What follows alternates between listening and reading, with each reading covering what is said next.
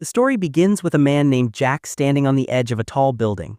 He is 31 years old and 5 years have passed since he graduated from college. Those 5 years have been filled with failed job interviews, constant rejection, and despair.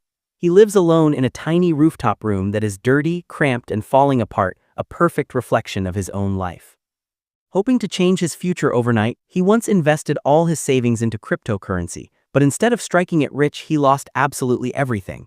To make matters worse, his landlord visits every month to demand rent, insulting him, calling him useless, and telling him he should just disappear. Jack says nothing in his defense because, deep down, he already feels the same way. Then comes another devastating blow. While attending a relative's funeral, Jack receives a message from a friend revealing that his ex-girlfriend is getting married next month. They were together for 6 years, but their paths diverged sharply. She studied at a top university, secured a great job, and moved forward while Jack stayed behind. He remembers how she supported him for years, hoping he would improve, but he kept dreaming instead of acting until she finally left.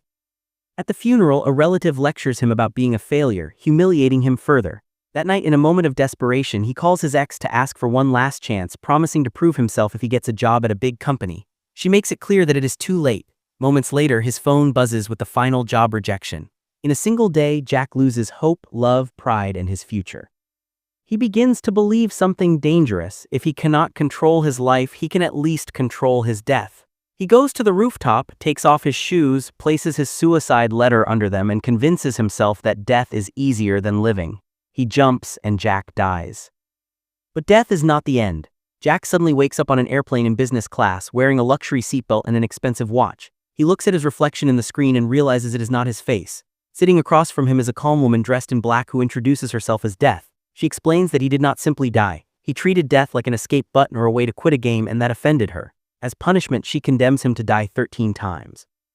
Each time, he will wake up in a new body that is already close to death. If he can prevent the death event of that body, he can live out the rest of that life fully. However, if he fails, he returns to her. She clarifies that this is neither heaven nor hell, it is her realm.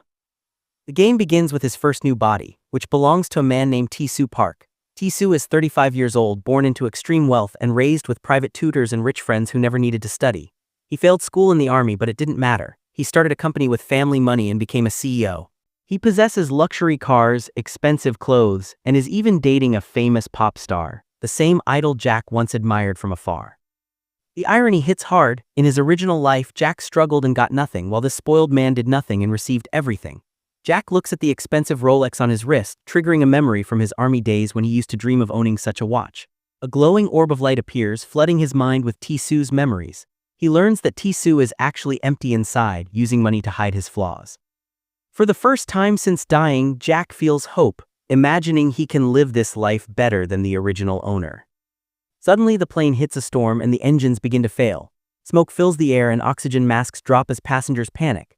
Jack refuses to die again. He straps himself in tightly, determined to survive at any cost. For a brief moment, the plane stabilizes and clears the storm, and the air hostess assures him it is safe. But hope lasts only seconds. He looks out the window and he sees black smoke fills the air as 2 engines fail completely.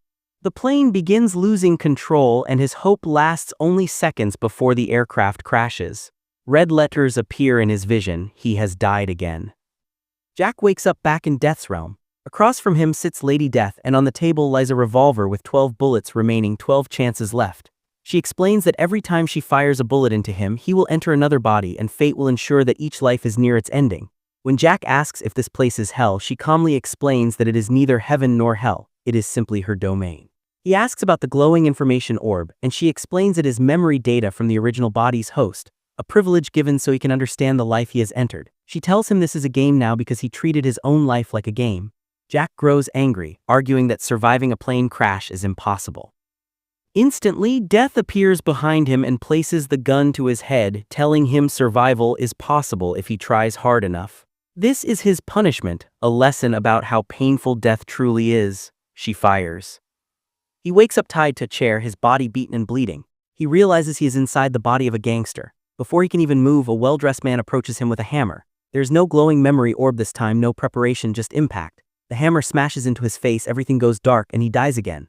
Back in Death's realm, Jack explodes in frustration. He claims he trusted her and that he tried his best. She throws a book at him, reminding him to know his place. She tells him he is angry because he died. Yet in his original life, he wanted to die. Jack argues that he ended his life because he was a failure, but she slaps him with a harsh truth. Ending his life did not erase his dignity, it only proved he was selfish. When he insists it was his life to end, she places the gun in his mouth. She tells him if he wants control, he must earn it, and pulls the trigger. He opens his eyes, totally disoriented, only to realize he is trapped inside the frail body of a bullied 15-year-old boy. Before his 31-year-old mind can even process this bizarre reality, a classmate violently yanks him backward. He is a middle schooler again, and his tormentors are already circling. Sitting in class, Jack desperately tries to make sense of Lady Death's cruel game. Suddenly, a glowing orb of light bursts from a textbook, flooding his brain with the original host's memories. The boy's name is Heejin. He is a gentle kid with hardworking parents who sacrificed everything for their only son. Life was perfectly peaceful until middle school, where Heejin's pure kindness made him the ultimate target for the absolute worst kids in class. Jack absorbs the tragic memories and immediately formulates a plan. With his adult intellect, middle school academics are a complete joke. If he can just figure out and avoid this body's destined death event, he can effortlessly build a perfect future for this kid. But first, he has to survive the present. During recess, the tyrant bully of the class, Junseong, is completely distracted by his phone. He never sees the massive shadow looming over him. It is Jack wielding a heavy wooden desk chair. Without a single ounce of hesitation, Jack hurls the chair directly into the bully's face. The entire classroom freezes in absolute shock. The perpetual victim has just exploded into a warrior. Fueled by the terrifying memory of Lady Death's warning to survive, Jack goes all out, brutally attacking the tyrant and vowing to end the abuse right then and there. The epic triumph is violently cut short. The bully's massive enforcer, a muscular giant named Hansio, steps into the fray. Jack tries to use his adult combat instincts to launch a preemptive strike, but it is utterly useless. The giant catches him off guard and effortlessly chokeslams him to the floor. Gasping for air, Jack faces a brutal reality check. His 31-year-old tactical genius is a broken advantage, but it cannot magically overcome the physical limits of a scrawny teenage body. Still, Jack refuses to back down. He verbally shreds the furious bully, publicly exposing him as a total coward who relies entirely on his goons to fight his battles. The psychological strike hits a massive nerve. The bully lunges forward for a devastating punch, but surprisingly, the giant enforcer catches his fist, dragging the bully away and declaring that class is starting. Back at his desk, Jack calculates his next move. He realizes the bully is a joke, but that giant enforcer is a massive physical threat. He briefly considers reporting the abuse to a teacher, but Heejin's dark memories instantly flash before his eyes. Seeking help in the past only made the beatings infinitely worse. He is completely on his own. The school day drags on, and the second the final bell rings, the bullies corner him again. Just as the violence is about to restart, a manipulative female classmate suddenly interrupts, dragging the bully away to a karaoke parlor. Jack survives the day by pure luck, but his decades of adult experience scream that this girl is terrible news. Exhausted and completely lost in his own thoughts, Jack wanders home. He carelessly steps into the street and is nearly wiped out by a speeding car. His heart pounds as a terrifying realization hits him. That random accident could have been his destined death event. He still has absolutely no clue how this frail body is actually supposed to die. Making it home safely, Jack searches the boy's desk and uncovers a hidden diary. The pages are soaked in absolute misery. Heejin details how he lied to his hardworking parents to pay off the bully's extortion demands. The final entries are a desperate, agonizing plea for the pain to stop. The boy was actively planning suicide. The terrifying truth freezes the blood in Jack's veins. This child wanted to end his own life exactly like Jack did. Staring at a framed photo of Heejin smiling obliviously with his parents, Jack is struck by a crushing wave of guilt. When he stepped off that rooftop in his original life, he never once considered the absolute devastation he would leave behind for his own mother. The realization of his past selfishness hurts worse than any chokeslam. He can never go back and fix his own broken life, but staring at that tear-stained diary, Jack makes an unbreakable vow. He will use every ounce of his broken, cheat-level adult experience to protect this boy's future and deliver absolute justice to his tormentors.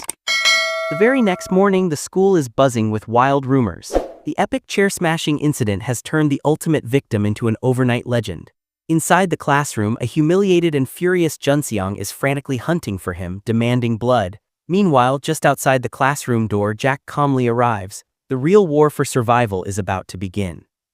Jack is observing the classroom hierarchy from the shadows when he witnesses something completely baffling. The tyrant bully Junseong is about to brutalize another student over the recent chair incident. His massive enforcer, Hanseo, steps in to peacefully de-escalate the situation. In response, the arrogant bully slaps his giant bodyguard right across the face. Shockingly, the hulking powerhouse just lowers his head and apologizes. With his 31-year-old tactical mind, Jack realizes the enforcer isn't loyal at all. He is completely terrified of an unseen threat. Junseong then spots Jack and orders the giant to grab him. Hanseo obeys and roughs Jack up, but Jack notices a crucial detail: the giant looks absolutely miserable doing it. Jack instantly realizes that the enemy of his enemy is his ultimate weapon. Weaponizing his adult intellect, Jack follows the giant into the restroom to confront him privately. Pushing the exact right psychological buttons, Jack points out that Hanseo could easily crush the bully in a one-on-one fight, asking why he cowers after a simple slap. Furious, the giant grabs Jack by the collar, threatening to show him real fear. Unfazed, Jack tells him that is exactly his point. If Hanseo is so powerful, why live under a weakling's control? The giant finally cracks, admitting he hates the bully more than anyone. But before he can explain further, Junseong suddenly struts into the restroom. Annoyed that his psychological manipulation was interrupted, Jack watches as Hanseo quickly covers up their secret conversation by slapping Jack on the forehead and pretending he was just leaving. The bully smirks and asks Hanseo if the morning slap still hurts. Swallowing his massive pride, the giant quietly says yes, and Junseong warns him never to interfere again. Later, alone in the lobby, Hanseo stops Jack to finish his thought. He confesses he could destroy the bully with one hand tied behind his back. The absolute only reason he holds back is because the second anyone touches Junseong, his terrifying backup arrives to destroy them. That evening, Jack pushes his frail teenage body to the limit, doing intense physical training in the park. He stares at a photo on his phone showing Junseong standing next to his ultimate protector. Jack remembers Hanseo's warning. The backup is a dangerous third-year senior named Sunghyup, who happens to be Junseong's childhood friend. This senior is the sole reason a giant like Hanseo refuses to fight back. But while doing push-ups, Jack's adult mind drafts a brilliant, devastating master plan to take down these middle schoolers once and for all. He secretly meets with Hanseo, giving the giant one simple rule. No matter what Jack does to the bully tomorrow, Hanseo must stand back and absolutely refuse to interfere. The trap is perfectly set the very next day during lunch. Jack is calmly eating when Junseong violently shoves his face directly into his food tray. Hanseo watches but does exactly as instructed. He does not react. In a flash, Jack grabs his bowl of boiling hot noodle soup and flips it directly over the tyrant's head, instantly sprinting away. The entire cafeteria freezes in shock. Dripping, furious, and utterly humiliated in front of his own girlfriend, the bully orders his enforcer to catch Jack. But in a brutal moment of calculated betrayal, the giant publicly disobeys. He casually claims his lunch is far more important than chasing a kid, telling the dripping bully to go wash his clothes because everyone is laughing at him. His reputation completely shattered, the weeping bully runs straight to the campus courtyard where the terrifying third-year seniors are hanging out. Crying like a baby, Junseong begs his older friend Sunghyup for a massive rescue. Thinking it will be a fun distraction, the dangerous seniors agree to help. Back in the classroom, sheer panic sets in. Hanseo realizes the third years are actually coming and frantically snatches Jack's phone, yelling that this master plan is going to get them both killed. But Jack remains perfectly calm, casually assuring the giant that all the preparations are already complete. The tension hits an absolute boiling point as the terrifying gang of third years storms into the classroom, stunning every student into silence. Sunghyup, the senior boss, marches straight up to the giant Hanseo, demanding to know if he is the one who dared to mess with his friend. Hanseo flatly says no and simply points at Jack, who is still completely relaxed and playing on his phone. The fearsome senior boss steps up to Jack, expecting a massive fighter. Instead, he looks down and sees a tiny, harmless-looking kid. The senior and his followers are utterly bewildered, realizing Junseong got humiliated by this weak little boy.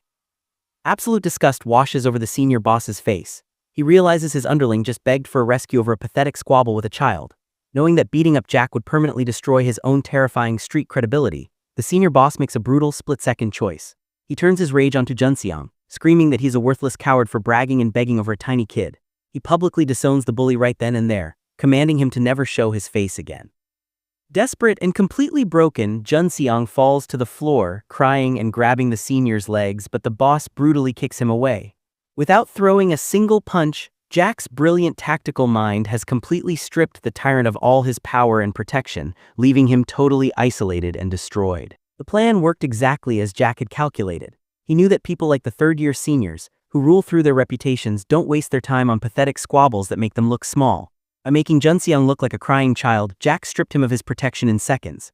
After the seniors left, Jack delivered a cold warning to the bully, "Stay within your limits." But Junseong, blinded by rage, tried to launch one last desperate attack. That was the final mistake. Hanseo, finally free from the fear of the seniors, stepped in. He took his hand out of his pocket and delivered a single vicious slap that sent Junseong's slippers flying across the room. Hanseo loomed over him, repeating the same line Jack had used in the restroom, "Don't interfere next time or you'll get beaten up." With that, Junseong's reputation was utterly annihilated. For the next few days, Jack's life did a complete 360-degree turn. He began living a normal school life where even the former bullies avoided his gaze. He and Hanseo became genuine friends, with the giant powerhouse coming to respect Jack's superior intelligence. But as Jack's life improved, Junseong's world descended into a living hell. Hanseo now treated him like an annoying mosquito, brushing him aside with zero effort. Devastated and dejected, Junseong sat in the park one evening, hoping to find comfort in his old girlfriend. But he looked up only to see her laughing with a new friend, the same senior who had abandoned him in class. Seeing his dreams shattered and his heart broken, Junseong's mind finally snapped. He turned toward Jack, who was nearby working out to build his physical strength, and his eyes were filled with the same murderous intent Jack had seen once before. Junseong approached, hidden under a hoodie like a ghost, repeating a crazed mantra, "Everything happened because of you." Jack tried to dismiss him, telling the idiot that he was the cause of his own ruin, and turned away. But Junseong's self-esteem had bottomed out into a frenzy. He spotted a heavy sidewalk brick, grabbed it, and with all his might smashed it into the back of Jack's head. In a flash of darkness, the message appeared, "Jack has died again." Jack awoke once more in Death's yard, screaming in fury. He demanded to know why he died when it wasn't his fault this time. Death simply smirked, calling it human nature. She mocked him, pointing out the irony. When he killed himself, he didn't care about the pain, but now that someone else had taken his life, he was crying about injustice and suffering. When Jack confronted her, revealing he knew that the boy Heejin was originally destined to die by suicide, Death lost her patience. She delivered a brutal combination, a slap, a gut punch, and a knee strike to his face before pinning his chin under her foot. She growled that she never lied. While he avoided the boy's original suicide, every event that followed was a direct result of Jack's own choices. He had escaped one death only to run straight into another. Cursing himself and thinking of the mother he had abandoned, Jack felt a wave of hopelessness. But Death just pointed her gun at his head, telling him the game was only just beginning. With a pull of the trigger, Jack woke up submerged in a transparent tank of water. He was wearing a magician's outfit, handcuffed and floating before a packed hall of spectators. The announcer screamed, presenting the famous David Jack. Jack panicked, shaking his bound hands and muffled by the water. He saw the glowing orb of information approaching, but before it could reach his head, a heavy curtain was pulled across the tank, blocking his view and his hope. The information input was too slow. Jack struggled against the handcuffs, but the limit of his lungs was reached before the knowledge could save him. The red message flashed again, "Jack has died." Back in the realm of Death, he found her happily playing a game. Exhausted and broken, Jack didn't fight this time. He simply asked for a chair, sat down, and admitted that drowning was the most terrifying experience yet.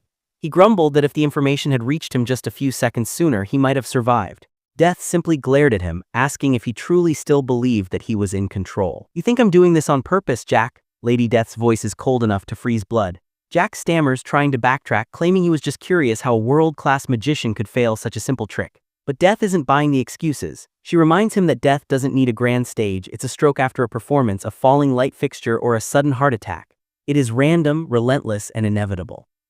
Jack tries to play it cool, but internally his mind is racing.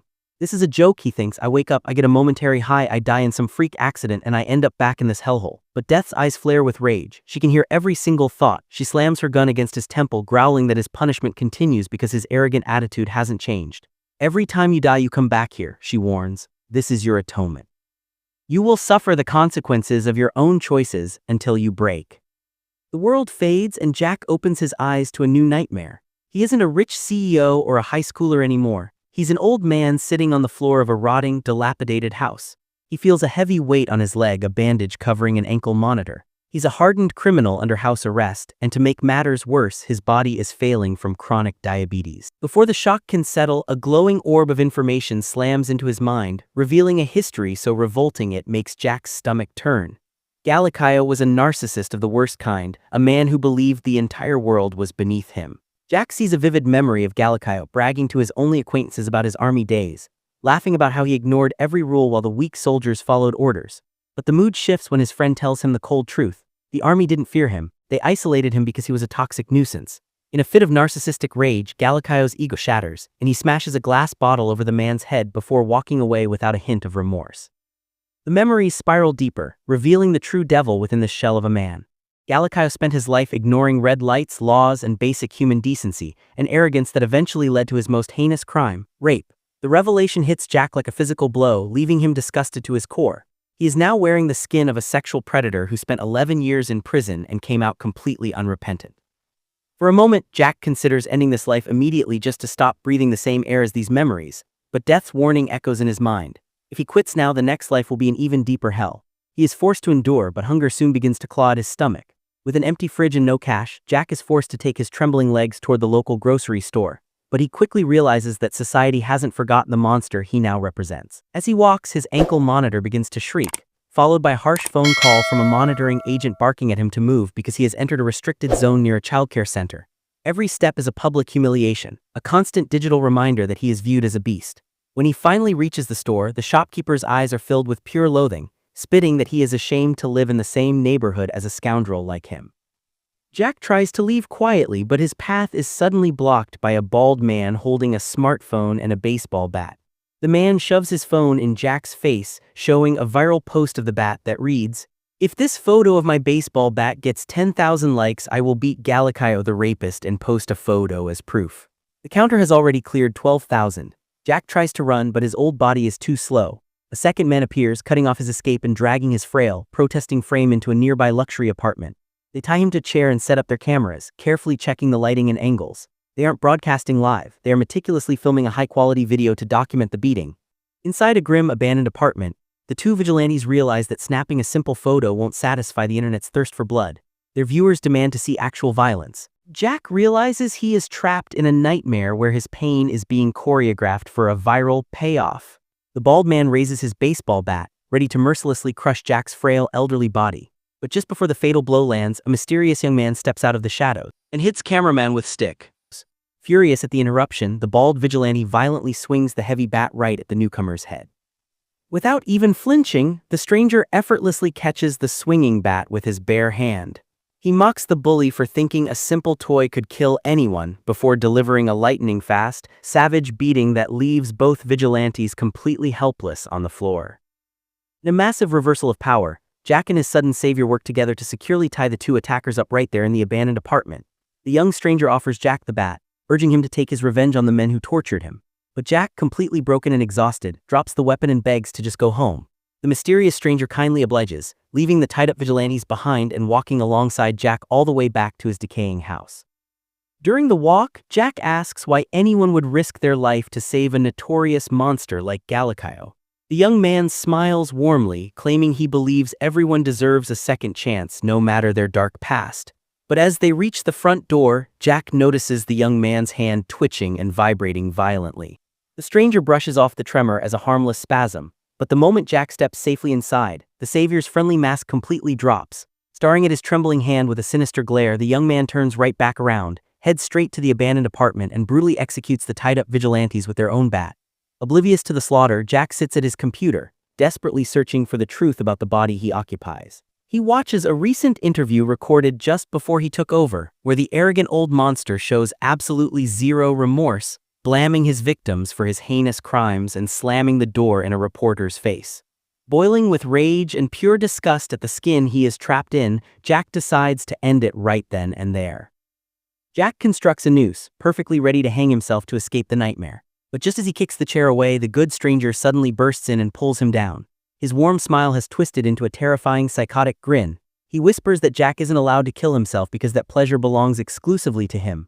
Jack instantly tries to bolt, but the psycho slams him to the ground with a brutal suplex, knocking him cold. Jack wakes up restrained in a custom-built kill room, completely surrounded by the blood-stained belongings of the vigilantes. The serial killer finally reveals his masterpiece. He stalks his targets by playing the heroic savior, gaining their absolute trust before violently tearing it away.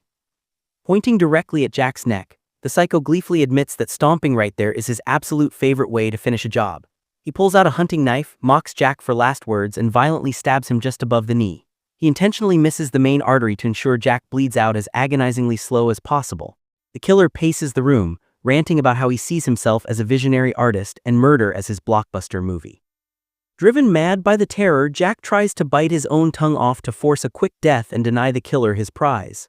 But the psycho aggressively shoves his fingers into Jack's mouth to stop him, laughing maniacally as he moves in to deliver his signature killing blow to Jack's neck. The red text flashes on the screen once again: Jack has died. Jack awakens in Death's realm, hyperventilating and consumed by a primal, suffocating fear. Boiling over, he lunges forward, grabbing Death by the throat and screaming for the nightmare to stop. But Death just laughs, vanishing and reappearing instantly behind him.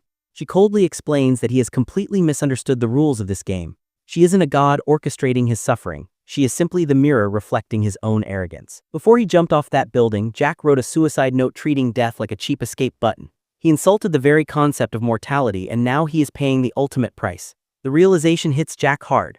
A sudden, heartbreaking memory of his grieving mother flashes into Jack's mind. But his pride is an unbreakable armor. Refusing to back down, Jack stubbornly insists to Death that he did absolutely nothing wrong. Unbothered by his arrogance, Death casually opens her desk drawer, pulling out her massive revolver and aiming it directly at his chest. The cold steel instantly shatters Jack's defiant facade.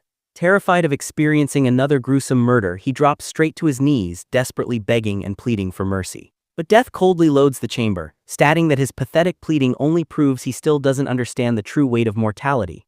Realizing that begging is completely useless against a cosmic force, Jack's fear morphs back into bitter anger. He stands back up, points directly to the center of his forehead, and angrily dares her to just get it over with. Without a single ounce of hesitation, Death pulls the trigger. Jack snaps awake, disoriented by a barrage of flashing RGB lights and loud digital donation alerts. He's sitting in a high-tech gaming chair, rocking brightly dyed hair and staring directly into a camera lens. He is right in the middle of a massive live broadcast. Before he can even process the digital chaos, a premium donation alert flashes on his monitor, and the glowing memory orb bursts from the screen, slamming directly into his mind. He learns he is now inhabiting the body of Gutchin Kim, a 31-year-old internet sensation known online as Lazy Kim. While Gutchin was an absolute failure at academics and sports throughout his life, he possessed a magnetic, natural talent for comedy. Turning his goofy personality into a career, he successfully built a massive YouTube channel with over 1 million subscribers, raking in an absolute fortune. Jack's mind races as he realizes he has finally hit the ultimate jackpot. This body isn't a frail old criminal or a weak middle schooler. He is a wealthy, healthy, and beloved internet celebrity. Trying to play it cool and collect his thoughts, Jack takes a casual sip from a water bottle on the desk.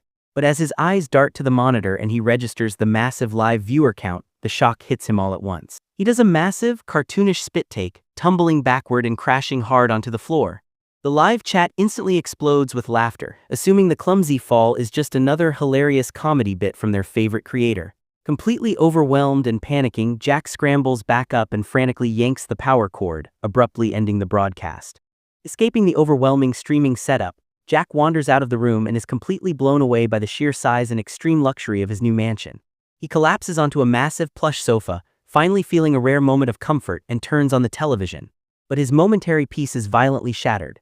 Breaking news flashes across the screen reporting that the universally despised criminal Galakayo has been found brutally murdered. The chilling reminder of the psychotic serial killer from his previous life sends a sharp shiver down his spine, and he instantly turns the TV off.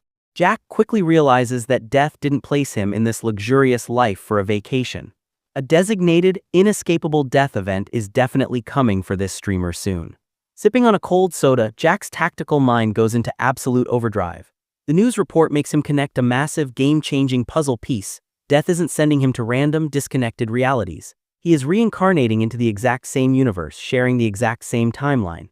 With this massive realization, Jack devises a brilliant, broken cheat code to completely hack Death's punishment. He resolves to secretly liquidate the famous streamer's massive fortune, pack all the cash and gold into a bag, and bury it in a highly secure remote location. Even if he fails to prevent the streamer's destined death, Jack can simply dig up the hidden millions in his very next life, guaranteeing himself the ultimate financial advantage to survive whatever nightmare death throws at him next. Jack wastes absolutely no time executing his master plan. He rushes down to the streamer's massive personal garage and is completely blown away. The space is packed with a jaw-dropping fleet of supercars, Ferraris, Mercedes, and BMWs. Grabbing the keys to his favorite ride, he speeds out into the city for a night drive, quickly realizing the sheer magnitude of this body's fame. People on the streets recognize him, adore him, and treat him with massive respect. But Jack isn't here to play influencer. The very next morning, he sets his ultimate cheat code into motion. He immediately sells off the supercar and completely drains the host's bank accounts, withdrawing a staggering 1.4 billion won in cold, hard cash. He stuffs the massive fortune, along with heavy gold chains and a luxury gold watch, into a sturdy duffel bag and seals it tight. Driving out to a remote, heavily forested mountain range far away from civilization, Jack hikes deep into the woods. He digs a deep hole, securely buries the massive fortune underground, and carves a distinct marker into the exact tree facing the stash so he can easily locate it in his next life. With his future survival officially funded, he begins the trek back down the mountain. However, the streamer's unathletic, clumsy body struggles on the steep terrain. Jack trips over a rock and tumbles violently down the rugged slope. As he rolls uncontrollably, the physical shock triggers a deeply repressed, heartbreaking memory from his original life. He sees himself as a tiny boy, crying and begging his mother to tell him when his father is coming home, completely unaware that his father had already passed away. The vision shifts, showing his hardworking mother sacrificing everything to support Jack's every single step until he turned 25. He remembers looking her in the eye and promising that once he landed a corporate job, he would take care of her and wear expensive suits. Instead, the memory reveals the pathetic truth. He spent his 20s locked in his room playing video games, actively dodging her phone calls and making up weak excuses about his job hunt. The most soul-crushing realization hits him like a freight train. In his final moments on that rooftop, his mother had been frantically calling and messaging him, terrified for her son. He had ignored her completely, stepping off the ledge without giving her a single thought. Jack wakes up at the bottom of the mountain trail, his face completely drenched in tears. A strange, bald man is standing over him, shaking him awake. Jack quickly wipes his eyes, scrambling to his feet and lying that he is perfectly fine and was just out for a casual jog.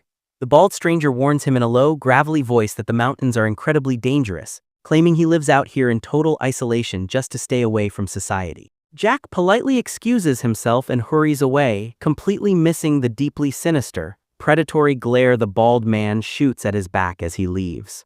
Back inside the safety of his luxurious mansion, the wealth feels completely hollow. Jack sits alone, sipping a soda, utterly haunted by the memory of his mother's unconditional love and his own ultimate betrayal. Consumed by pure self-disgust, he violently hurls the soda can across the room. As the night drags on, an intense paranoia grips him. He is absolutely terrified to close his eyes, fearing that if he falls asleep he might suddenly wake up back in the cold, gray realm of Lady Death. Desperate to stay awake and distract himself from his crushing guilt, he fires up his high-tech PC. Leaning into his host's internet fame, he starts a massive late-night live broadcast, turning it into a wild eating and drinking stream to entertain his thousands of viewers until the sun comes up. After streaming straight through the night to outrun his crushing guilt, an exhausted Jack finally collapses into his luxurious couch as the sun comes up. But the absolute second his eyes close, they snap right back open in the cold, gray void of Death's realm. Jack is utterly bewildered, frantically asking how a healthy, wealthy influencer could possibly die from simply taking a nap. Lady Death coldly breaks down his pathetic final days. She explains that the agonizing guilt over his mother kept him terrified of sleeping, resulting in severe insomnia for an entire week. Combining extreme sleep deprivation with massive amounts of alcohol, binge-eating garbage on his live broadcasts, and carrying severe psychological trauma, his heart simply gave out. But instead of crying or raging like he usually does, Jack looks down at the floor and actually begins to smirk. He isn't upset about losing the streamer's life because his ultimate master plan is already perfectly in place. He knows he has over $1 billion in cash and gold buried safely in the mountains, just waiting to be dug up by his next host. Catching his arrogant grin, Death's eyes narrow with suspicion. She instantly realizes he has rigged some kind of cheat code behind her back. Promising him that he can take his little joke to the grave, she raises her heavy revolver and violently blasts him into his next cycle. Jack gasps for air, waking up on a hard concrete cot. The luxury mansion is completely gone, replaced by the cold, rusty steel bars of a solitary confinement prison cell. Panic initially sets in as he realizes he is entirely trapped. He desperately wonders how many years he will be locked in this cage when his buried treasure is miles away in the wilderness. Just then, a guard unlocks the heavy iron door and pulls him out. For a brief, hopeful second, Jack thinks he is being released, but the guard is merely transferring him out of solitary confinement and tossing him directly into the general prison population. The moment Jack steps into the crowded cell, the universe delivers a massive, brutal twist of fate. Sitting right there among the hardened criminals is Junseong, the exact same psychotic bully who viciously smashed Jack's skull in with a brick during his life as a middle schooler. Seeing the face of his murderer instantly triggers a blinding, primal rage. Without a single second of hesitation, Jack lunges forward and unleashes an absolutely savage, merciless beatdown on the former bully. He strikes with such terrifying, explosive ferocity that even the other hardened inmates are horrified, desperately piling on to drag Jack off the bloody pulp that used to be Junseong. As the inmates pull him back, the glowing memory orb shoots through the barred window and slams directly into Jack's brain. He learns he's now inhabiting the body of Cho Taesang, a 20-year-old inmate blessed with top-tier athletic genetics. Taesang grew up in a highly toxic, abusive household, funneling all his trauma into becoming an unstoppable, undefeated street fighter. His sheer physical power is exactly why he was locked in solitary to begin with. He ended up behind bars after severely overpunishing a drunk man who tried to lecture him on the street. But the absolute best detail of the memory drop completely changes the game. Taesang's 3-year sentence is almost finished. Jack only has to survive one single month in this brutal prison before he is released as an absolute physical powerhouse, completely free to hunt down his buried millions. Jack snaps back to reality as the other inmates desperately drag him off the bloody, battered body of Junseong. He halts his merciless assault, deciding the bully has had enough for one day. A hardened fellow prisoner grabs Jack's shoulder, urgently warning him to stay away from the guy. The inmate claims that while the rest of them are just in for petty assaults, Junseong is a genuine, cold-blooded psychopath who actually murdered someone on the outside. Hearing this, Jack almost laughs at the sheer irony. Trying to save face, Junseong stumbles to his feet and attempts to confront Jack, but the moment he looks up and registers the massive, intimidating physique of Jack's new athletic body, the bully immediately cowers in fear. Jack instantly realizes that Junseong hasn't learned a single lesson since entering prison. The coward is just hiding behind a fake, psychotic persona, acting like a terrifying killer to keep the other inmates away. Deciding to completely destroy the tyrant all over again, Jack loudly calls him out in front of the entire general population. He publicly shreds Junseong's terrifying reputation, exposing him as nothing more than a pathetic middle school bully whose fragile ego shattered the moment his stronger friends abandoned him.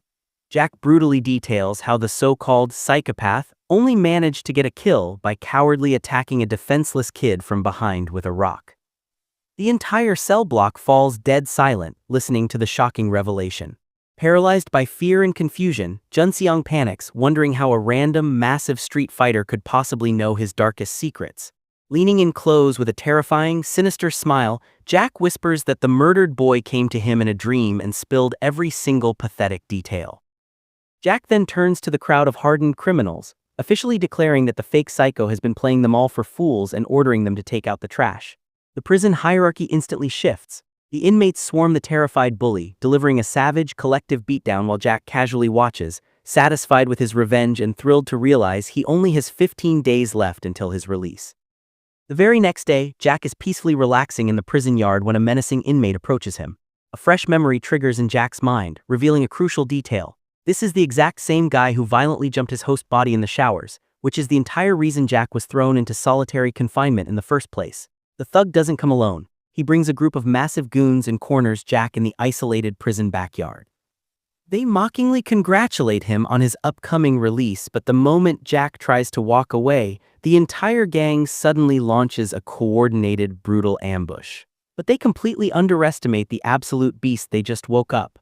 In the blink of an eye, Jack unleashes a devastating, explosive flurry of counterattacks. Without even fully understanding how his own limbs are moving so incredibly fast, Jack single-handedly obliterates the entire gang in seconds, leaving them all groaning on the dirt. He stares at his own fists in absolute awe, realizing that this body's top-tier athletic genetics and flawless fighting instincts are completely hardwired into his muscle memory. Thrilled by this incredible superhuman power, Jack realizes this is the absolute perfect vessel. Armed with extreme physical strength, perfect health, and over 1 billion ones secretly buried in the mountains, his ultimate survival is practically guaranteed. Meanwhile, inside the cell block, Junseong's life has spiraled into a living hell. With his terrifying reputation completely obliterated, the former tyrant has become the ultimate punching bag, enduring merciless bullying and brutal beatings day and night. Watching from the shadows, Jack notices a dark, familiar desperation brewing in the coward's eyes. He knows Junseong is plotting something drastic. Late that night, while the other inmates are fast asleep, the fallen bully sneaks into the cold, concrete bathroom.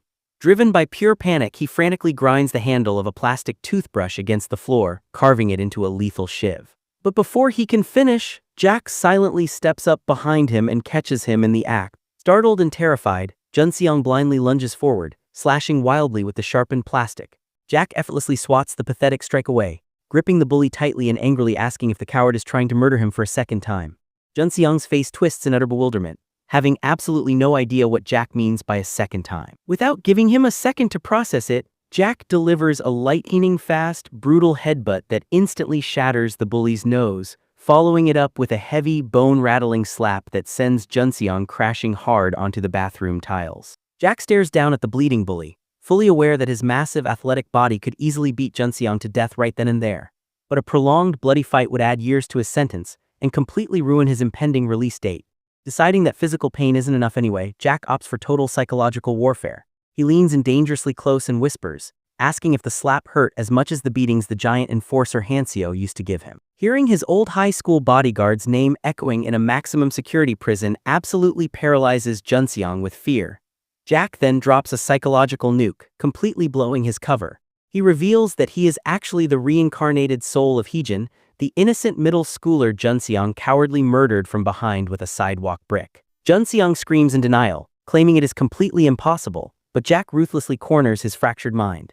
He lists hyperspecific, terrifying details that only the dead boy could possibly know. The exact conversation they had in the park right before the murder, the heavy wooden chair smashed into his face, the boiling hot noodle soup dumped on his head in the cafeteria, and the humiliating moment his girlfriend abandoned him for a high school senior. To deliver the final, soul-crushing blow, Jack pulls off an Oscar-worthy performance.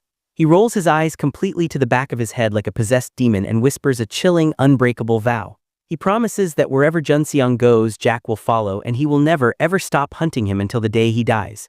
The sheer, unadulterated terror completely breaks Junseong's mind. His mental and physical state shatters simultaneously as he collapses to the floor, completely soiling himself in absolute fear. For the final few days of Jack's sentence, the prison remains incredibly peaceful, as the once terrifying bully is reduced to a traumatized, catatonic shell of a human being. Finally, the highly anticipated release day arrives. Jack steps out of the massive iron prison gates, breathing in the fresh air and entirely unfazed that absolutely no one is there to greet him.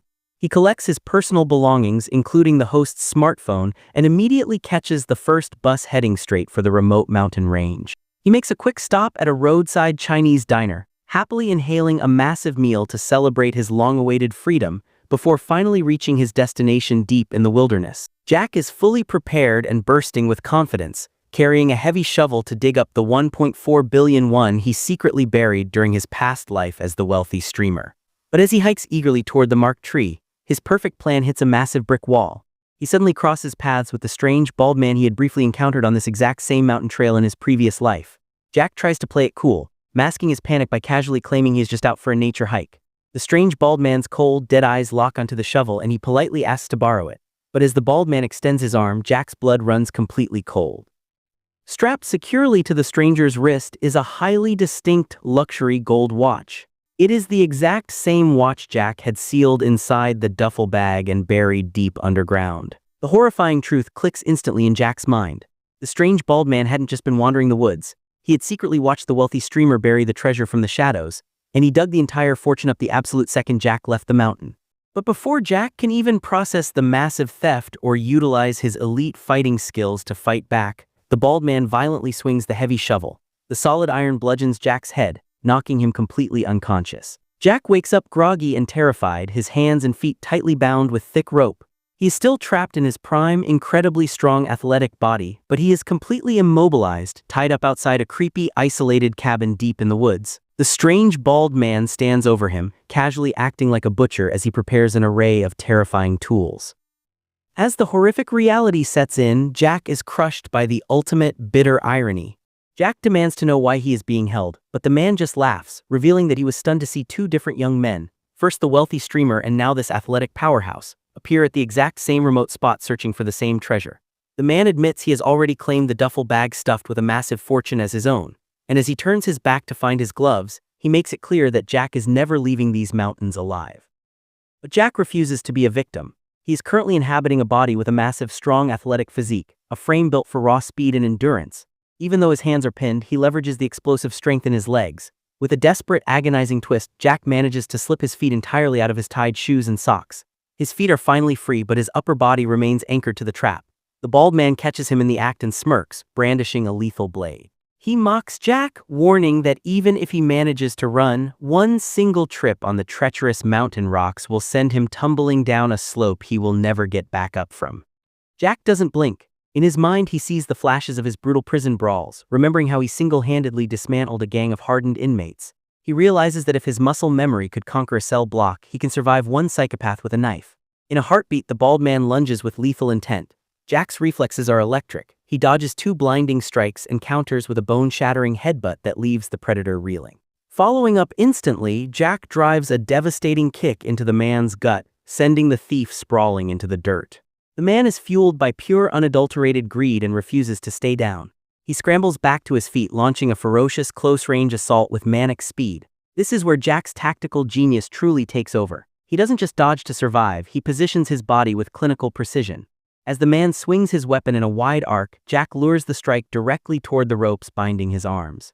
The blade slices through the thick hemp-like paper, and in that instant the beast is fully unleashed. Jack is free.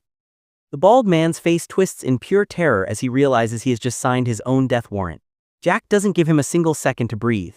Dodging every desperate swing with blinding speed, Jack waits for the perfect opening and delivers a single explosive kick that sends the man's weapon flying into the deep wilderness. Disarmed and defenseless, the psycho is no match for Jack's raw physical power. Jack rains down a brutal barrage of heavy-duty strikes, pummeling the man until he is a broken, trembling mess on the ground. Standing over his defeated attacker, Jack demands the location of the fortune. The terrified man points toward a small, rotting shack nearby. Jack storms into the cabin and finally lays eyes on the prize, the duffel bag filled with the massive cash fortune. He grabs his gold watch back from the man's wrist and steps back into the mountain air, believing his perfect future is finally within reach. Jack grabs the massive duffel bag and starts his long walk out of the thick forest. As he reaches the same cliff where he fell in his last life, a sudden wave of worry hits him. He wonders if the bald man tricked him and stuffed the bag with garbage while he was asleep. He quickly zips it open and breathes a sigh of relief. All 1.4 billion won is right there, perfectly safe. But the mountain isn't done with him yet. Just as Jack turns to leave, the bald man lunges from the shadows for one last fight. Jack is ready this time. Using his powerful new body, he swings the heavy bag of money like a giant hammer, slamming it into the man's legs. The bald man loses his balance, rolling and flipping down the rocky hill until he hits a big tree with a loud thud. Jack climbs down to check on him and finds a tragic sight.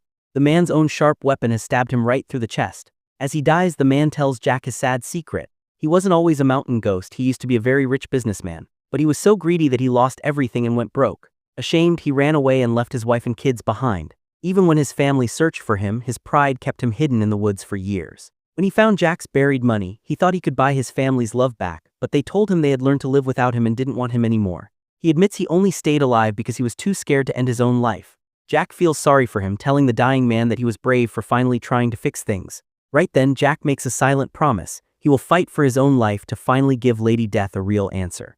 Jack heads back to the small hut to wash away the dirt and put on fresh clothes. As he looks at the mountain of cash, he realizes he has a huge problem. He can't just walk into the city with a bag full of suspicious money, it would lead him straight to jail. He also can't put it in a bank because if he dies and wakes up in a new body, he won't be able to get it out. The money is his only hope, but now it's a heavy burden he has to carry everywhere. Exhausted from the brutal day, Jack finally falls into a deep sleep, and for a moment the nightmare vanishes. He wakes up feeling like he's back in his original body, resting his head in his own mother's lap. But reality quickly hits him, it's just a dream. He jolts awake in his current athletic body because the phone is ringing. It's a call from this body's mother. Jack is struck by a wave of guilt, remembering how he used to ignore his own mother's calls in his past life. This time he can't bring himself to hang up. He answers, and the woman on the other end starts crying, apologizing for not being there when he was released from prison. She tells him she is always on his side and loves him deeply. Overcome with emotion, Jack feels like his own mother is speaking to him. He tells her he is coming to see her right now and catches the first train out. As the train speeds toward his destination, Jack starts to worry. He wonders if answering that phone call was a huge mistake that might lead to his death. When he arrives at the station, he realizes he can't walk around with a massive bag full of cash. He uses his head and decides to hide the bag in a station coin locker. He gets a receipt and learns he only has 4 days to keep his things there before they are removed. Now, with the money safe and only a password to remember, he continues his journey to see the mother. Along the way, he thinks about what he will even say to her when they meet. Suddenly, a fancy car pulls up behind him. It's a friend of the host body, a guy who doesn't even ask how Jack is doing before he starts bragging about his new ride. Jack asks how he could afford such an expensive car, and the friend admits he took out a massive loan he can't really afford. He naively claims he'll just get a part-time job to pay it off, showing he knows nothing about how the real world works. While they are talking, a scrap dealer accidentally bumps his cart into the new car. The friend goes into a rage, screaming insults and acting like a total jerk to the poor old man. Jack is already annoyed by the guy's arrogant face, and hearing his toxic words makes him snap. He gives the friend a well-deserved beating, telling him he just doesn't like his face, and walks away. Finally, Jack reaches the apartment building where the mother lives. Just as he gets a call from her, he notices a mysterious man standing right behind him. The stranger asks if he is T-Sang Choi, and Jack realizes the man is hiding a large knife behind his back. Before Jack can react, the stranger stabs him deep in the stomach. As Jack falls, the man reveals his face. He is the person the original T-Sang beat up years ago. The victim tells Jack that the assault left him permanently disabled and ruined his life, and the short prison sentence Jack served wasn't enough justice. He came there specifically to end Jack's life as revenge. Due to the massive blood loss from the stabbing, Jack's athletic body fails him, and he dies right there in front of the building. Jack wakes up back in Death's realm, and his only thought is the bag of money. He knows he only has 4 days to get back to that locker, or all his hard work will be for nothing. He desperately tells Death to just shoot him and send him to the next life immediately. Death is amused by his rush and pulls the trigger, sending him into his next body. Jack wakes up as an incredibly handsome man in the middle of a professional photo shoot. He has no idea what is happening and strikes a clumsy, awkward pose, making the photographer think he's lost his talent for the day. Jack quickly realizes he is now a famous model, but he doesn't care about the fame. He only cares about the clock ticking on his buried fortune. He immediately catches a taxi and heads straight to the station. He breathes a massive sigh of relief when he opens the locker and finds his fortune perfectly safe.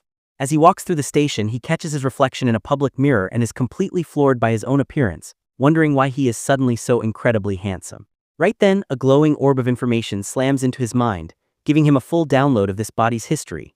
He was the kind of boy who had been popular and adored since he was a child purely because of his stunning looks. He received everything in life without any effort, which meant he never bothered to work hard or develop any real talents. Currently, he spends his time working a part-time job at a cafe while modeling for big brands on the side. Despite having a life most people would envy, the original owner actually hated his existence because he knew people only liked him for his face and couldn't see the empty person underneath. Jack realizes that the world truly is a different place when you are beautiful, but he has no time to enjoy the attention. Jack boards a train and begins the journey to find his real mother.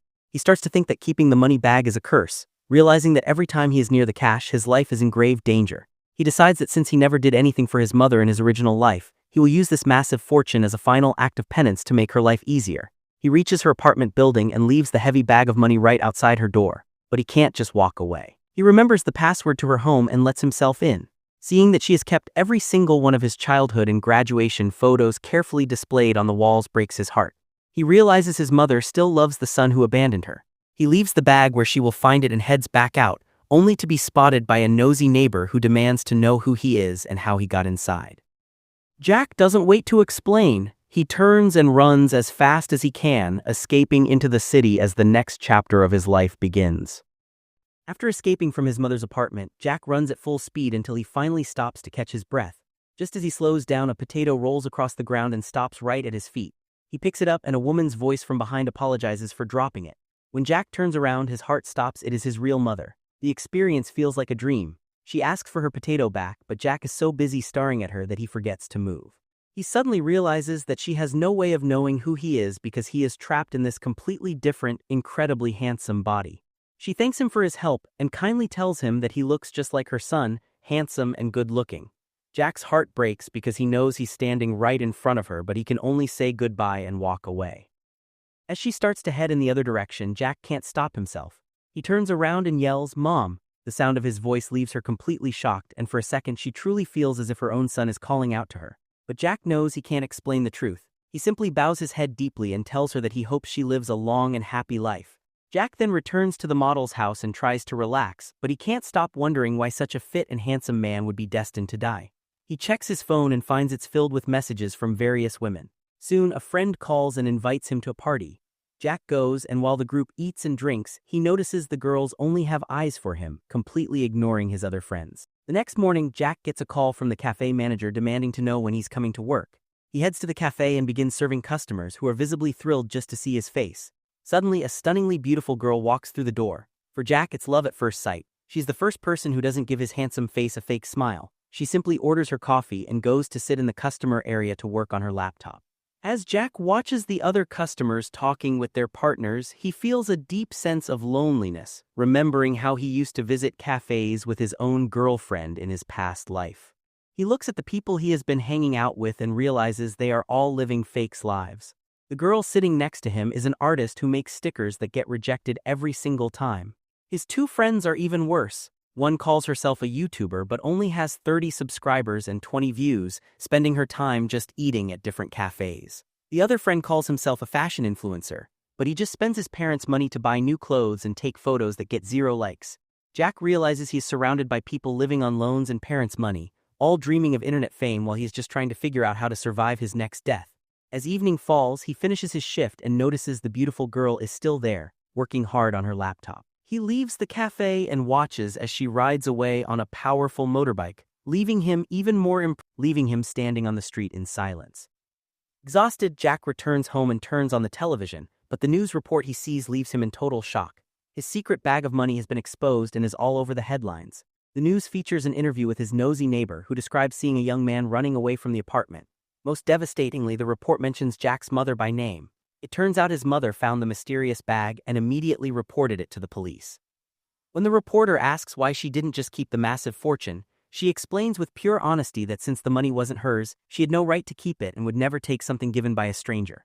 Furious that his plan to help her failed, Jack slams his remote against the floor. But after a moment of reflection, he realizes this is his mother's true, noble nature. She is an incredibly honest and good woman. The next day, Jack is back at the cafe mopping the floors when he notices a collection of books left for the customers.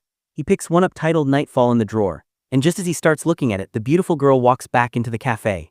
This time, she actually notices him and watches as he prepares her order while still holding the book. She asks him if he has read it yet, and Jack tells her he has only just started the first few pages. As the scene focuses on her name card, a massive reveal occurs. The girl is actually Jisu, the talented writer who authored the very book Jack is holding. Suddenly, the scene shifts and we see Jack walking down the street. He receives a phone call from an insurance company and stops to talk. Right above him on a building, a heavy light board begins to come loose. As soon as a crow lands on it, the board snaps off and crashes directly onto Jack. In an instant, Jack jolts awake in his own bed. The whole accident was just a terrifying dream. He is shaken, realizing that he is now even dying in his sleep. He returns to the cafe and uses every spare minute to carefully read Jisu's book. The girl comes in for her daily routine and notices him reading it again before she starts her typing work. After a few hours, Jack finally finishes the entire book and places it back on the shelf. The beautiful girl who has been watching him while working on her laptop finally speaks up and asks if he is looking for something else to read. Jack tells her he really enjoyed the story and wants to find more books by the same author. She points toward a red book nearby, explaining that it was written by the same person. Still completely unaware of her identity, Jack casually remarks that she must be a huge fan to know that so quickly. The girl is stunned, thinking Jack is playing a joke on her since she is the author herself. She gets a bit annoyed and asks if his boss ever told him who she was. Just then, the cafe manager walks over and confirms he never actually mentioned her identity to Jack. Once the misunderstanding is cleared up, the girl apologizes for her tone. The cold tension in the cafe finally melts away, replaced by a genuine and deep connection. Jack is immediately drawn to her not just because of her beauty, but because she is the first person in this entire ordeal who sees past his handsome face and treats him like a real human being. He finds himself mesmerized by her hardworking spirit and the passion she pours into her writing. Seeing a chance to finally share the crushing weight of his reality, Jack leans in and tells her that he has a brilliant idea for a book. When Jisu asks him to explain, Jack begins to narrate the true story of his own life, carefully disguising it as a fictional plot. He describes a man who reached his breaking point and jumped from a building, only to find himself trapped in a nightmare where he is forced to experience death over and over again by a cruel entity. Jack goes into agonizing detail, recounting his time as the middle schooler Heejin and the brutal moment the bully Junseong smashed his skull with a brick. As he speaks, Jisu is visibly shaken and moved. She tells him she never expected such a realistic and impactful story from him, admitting that his descriptions of the characters and the presence of death feel hauntingly accurate. Jack can only offer a sad, knowing smirk. To her, it is a masterpiece of imagination, but to him, it is the memory of every bone-chilling second he has suffered. Deeply hooked by his words, Jisu agrees to write a book based on his story and suggests they meet every day to develop the details. Over the next few weeks, their professional meetings slowly transform into a beautiful, tender romance.